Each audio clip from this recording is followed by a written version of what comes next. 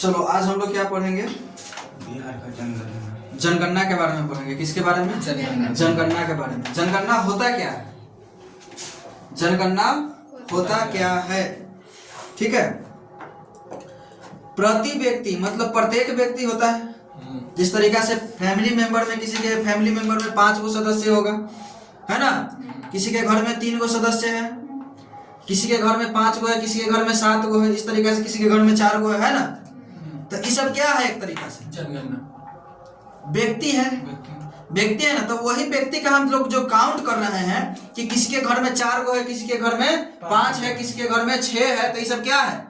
जनगणना है। क्या है? जनगणना मतलब जन मतलब व्यक्ति का हम लोग क्या कर रहे हैं? गणना, गिनती कर रहे हैं, गिनती करके बता रहे हैं। उसी तरीका से कहीं ना कहीं हम लोग एक बार भारत का सभी लोग को गिनती किए होंगे। कोई ना कोई व्यक्ति गिनती किया होगा ना रे। बिहार के कोई ना कोई आदमी गिनती किया होगा कि कितना आदमी बिहार में निवास कर रहा है, भारत में निवास कर रहा है। तो हम लोग स्पेशली किसके बारे में देखेंगे? बिहार के बारे में। किसके बारे में? बिहार के बारे में। ठीक है,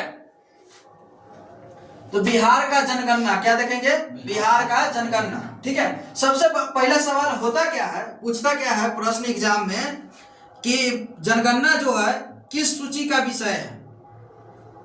को किस सूची का विषय है?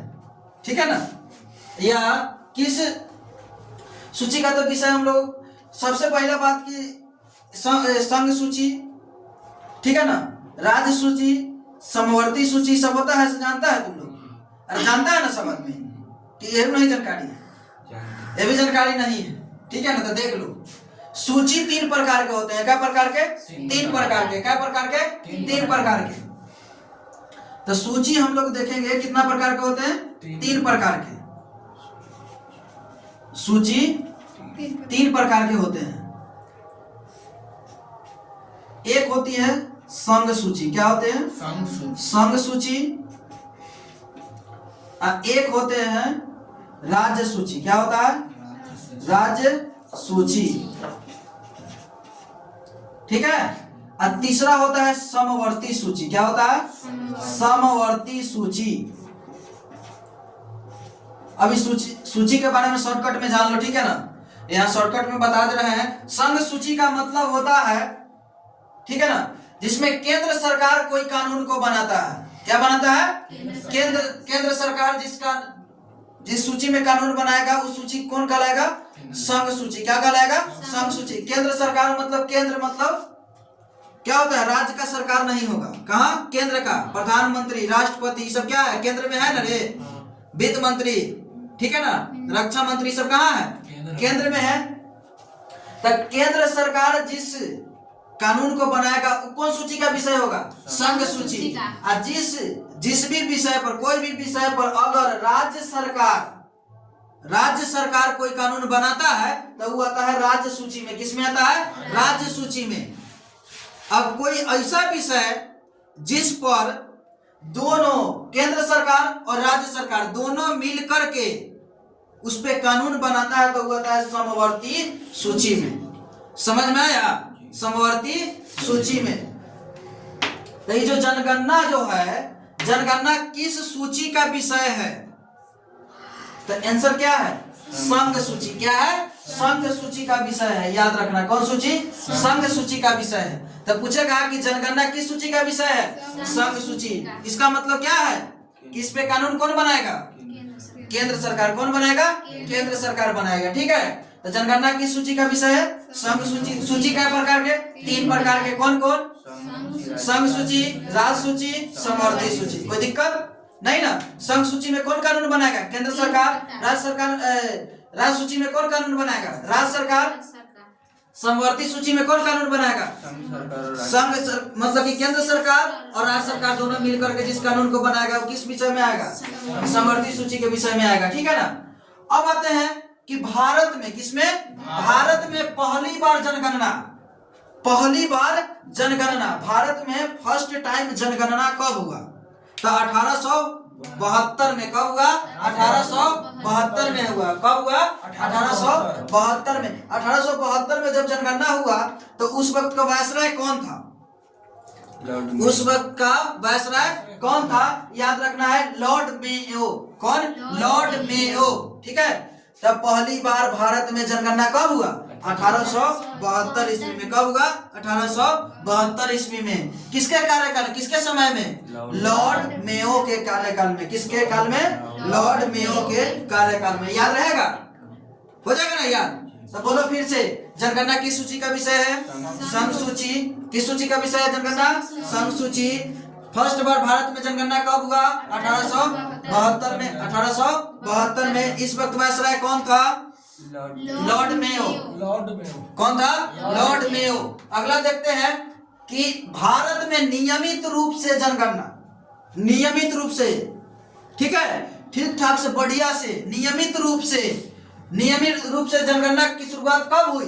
1881 ईस्वी में। फर्स्ट बार कब हुआ? फर्स्ट बार ऐसे पूछेगा कि भारत में जनगणना की शुरुआत फर्स्ट बार कब हुआ? 1872 में। लेकिन नियमित रूप से 1881 में।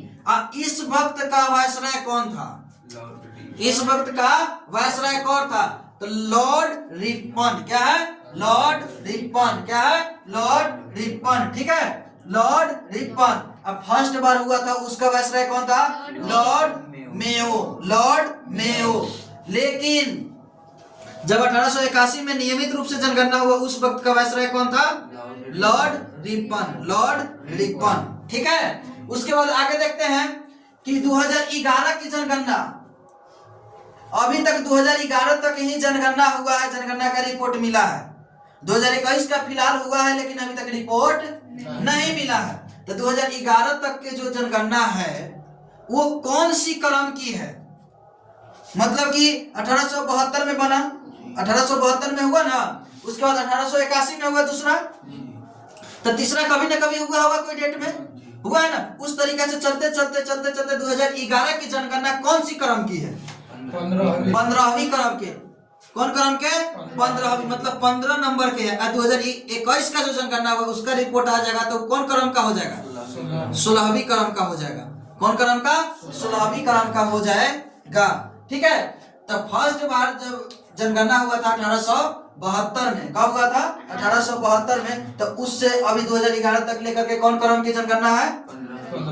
15वीं क्रम की जनगणना है। कौन क्रम की है? 15वीं क्रम की। तो जब 2011 में जनगणना हुआ तो जनगणना आयुक्त कौन होता है? उस वक्त जनगणना आयुक्त कौन था? तो सी चंद्रमौली। कौन था? सी चंद्रमौली। कौन था? सी चंद्रमौली। कौन था? सी चंद्रमौली। ठीक है। उसके बाद देखते हैं कि 2011 की जनगणना जब हुआ, 2011 की जनगणना जब हुआ तो 2011 की जनगणना में एक आदर्श वाक्य वायरल हुआ। क्या हुआ? आदर्श वाक्य उस वक्त दिया गया, जिस आदर्श वाक्य का वाक्य क्या था? हमारा जनगणना क्या है? हमारा जनगणना हमारा भविष्य। चाहे हमारी जनगणना हमारा भविष्य, हमारी जनगणना हमारा भविष्य, मतलब हम लोग का गिनती होगा तो ये क्या है? हम लोग का फ्यूचर, भविष्य है। तब ना पता चलेगा सरकार को रिपोर्ट में कि क्या है, कितना जनसंख्या बढ़ा, कितना घटा। हालांकि घटेगा तो नहीं, बढ़ेगा। करे तो उस वक्त का नारा क्या था? आदर्श वाक्य क्या था? जब 2011 की जनगणना हुआ तो उस वक्त का आदर्श वाक्य क्या था? हमारी जनगणना हमारा भविष्य। इंग्लिश में कहेंगे our census our future. Our census our future. क्या बोलेंगे?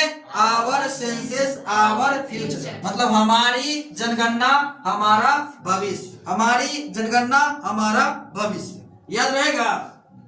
ठीक है। इंग्लिश में क्या कहेंगे? Our census our future. Our census our future. Our census our future. ठीक है। उसके बाद 2011 के जनगणना के अनुसार, 2011 के जनगणना के अनुसार बिहार की कुल जनसंख्या, बिहार की कुल जनसंख्या कितना था? 10,49,99,452। कितना था जनसंख्या? 10,49,99,452। याद रहेगा? अब भारत को देखेंगे, अगर प्रतिशत में जनसंख्या अगर देखते हैं बिहार का, किसमें? प्रतिशत में अगर देखते हैं हम लोग जनसंख्या को, तब भारत को मानेंगे कि 100% है। कितना है? 100%। तब बिहार का जो जनसंख्या है वो परसेंटेज में कितना है? परसेंटेज में कितना है? 8.6%। 8.6% मतलब 8 मतलब 8.6%। 8.6%। 8.6%। समझ में आया?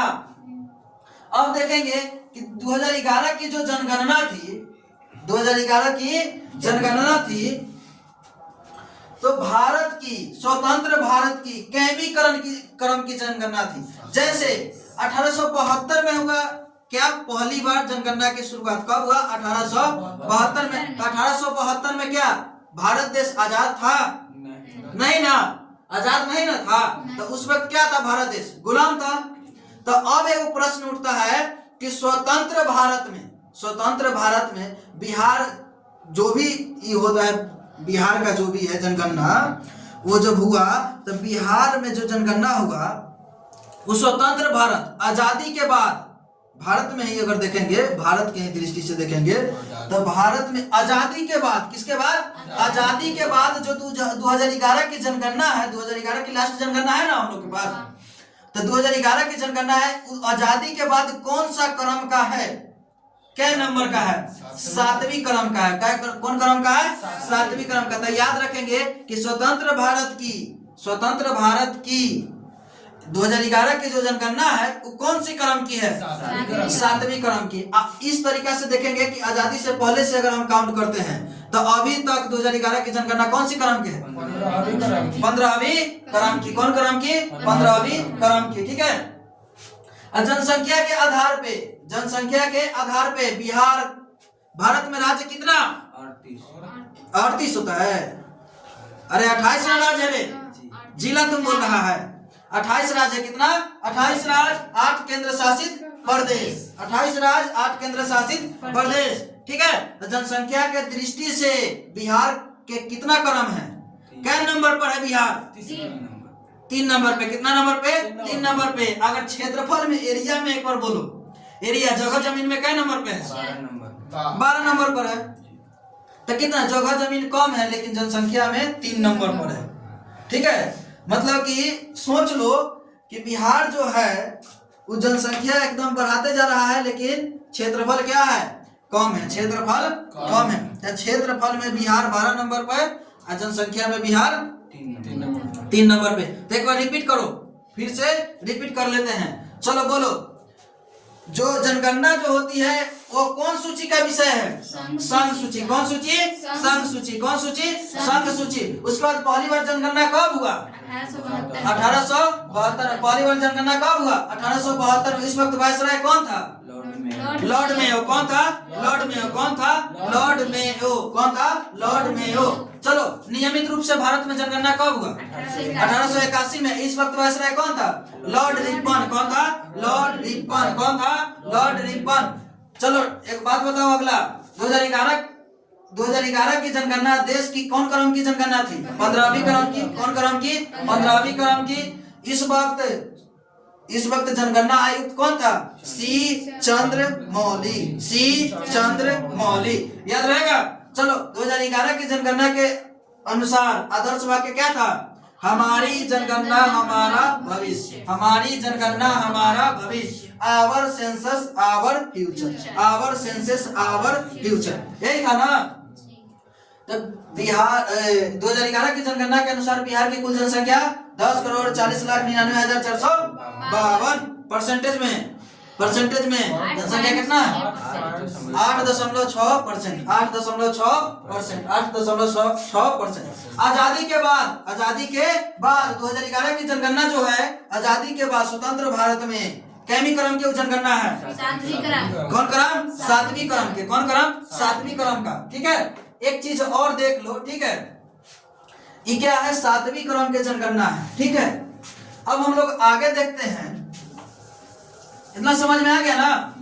अगर हम लोग आगे देखते हैं,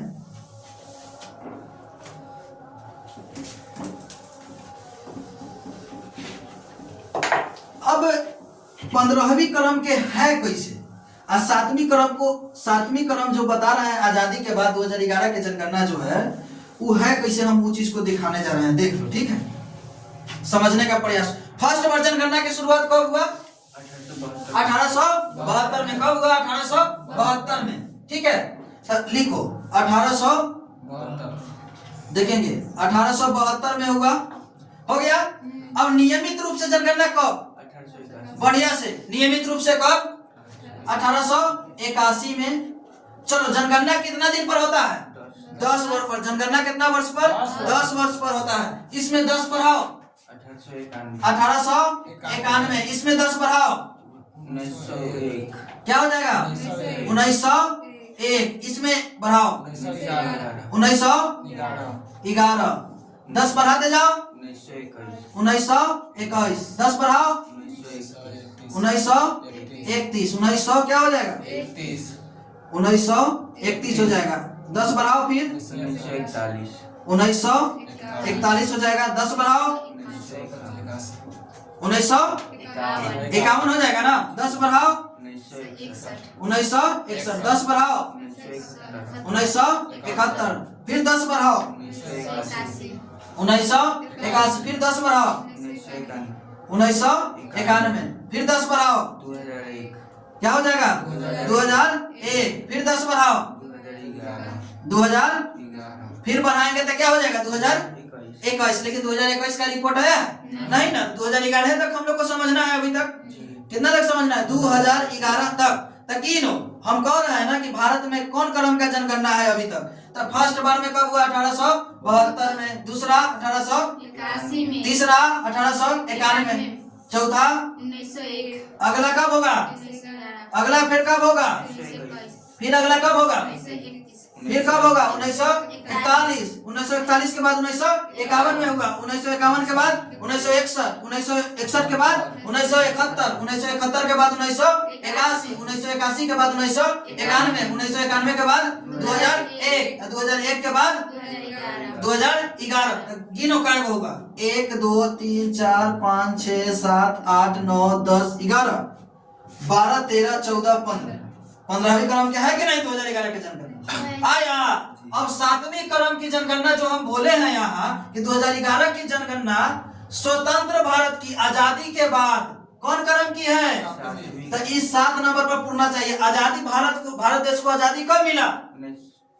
15 अगस्त 1947। तो 1947 के बाद वाला जनगणना से हम काउंट करेंगे कि नहीं? आजादी 1947 में हो गया तो 1947 के बाद से हम गिनेंगे। तो 1947 गिनो। 1947 किधर पूरा है? चलो 1941 ये खत्म हो जाएगा, हटाइए। 1947 में जब आजादी मिला तो आजादी के बाद कौन चल जाएगा? 1951। गिनो। 1 नंबर 1951, 1961, 1971, 1981, 1991, 2001, 2011। गिनो। 1 2 3 4 5 6 7। समझ में आया? तो ये है स्वतंत्र भारत की 7वीं क्रम की जनगणना। अगर 2021 का रिपोर्ट आ जाएगा, 2021 का रिपोर्ट आ जाएगा तो पूछेगा कि भारत में टोटल जनगणना की क्रम बताइए शुरू से लेकर के अभी तक। 16वीं क्रम हो जाएगा। अगर पूछ दिया कि आजादी के बाद स्वतंत्र भारत के 2021 के जो जनगणना है वो कौन सा क्रम का है? क्या कहेंगे हम लोग? 8वीं क्रम का हो जाएगा। ठीक है। उसी तरीका से अगर 21 हो गया, अगर 31 का रिपोर्ट आया 2031 भी आएगा कि नहीं रे? कि 2021 तक रुक जाएगा? रुकेगा नहीं ना, रुकेगा, बढ़ेगा ना। तो फिर कौन क्रम का हो सकता है? स्वतंत्र के बाद स्वतंत्र भारत में कौन क्रम का हो जाएगा वो? अगर 31 का रिपोर्ट आता है तो 9वीं क्रम का हो सकता है। ठीक है ना। ऐसे अगर टोटल पूछेंगे कौन सा क्रम का हो जाएगा? 17वीं क्रम का हो जाएगा। तो याद हुआ? ठीक है। तो इस जनगणना का आदर्श वाक्य क्या है? हमारी जनगणना हमारा भविष्य, हमारी जनगणना हमारा भविष्य। Our census our future. ठीक है, याद कर लेना है। आगे फिर इस तरीका से आगे इसमें और सारा चीज है, कितना परसेंट कहाँ जनसंख्या है नहीं है। ठीक है ना, जनगणना के आधार पे आगे बताएंगे। ठीक है, तब तक के लिए इतना ही याद कर लेना है। ठीक है।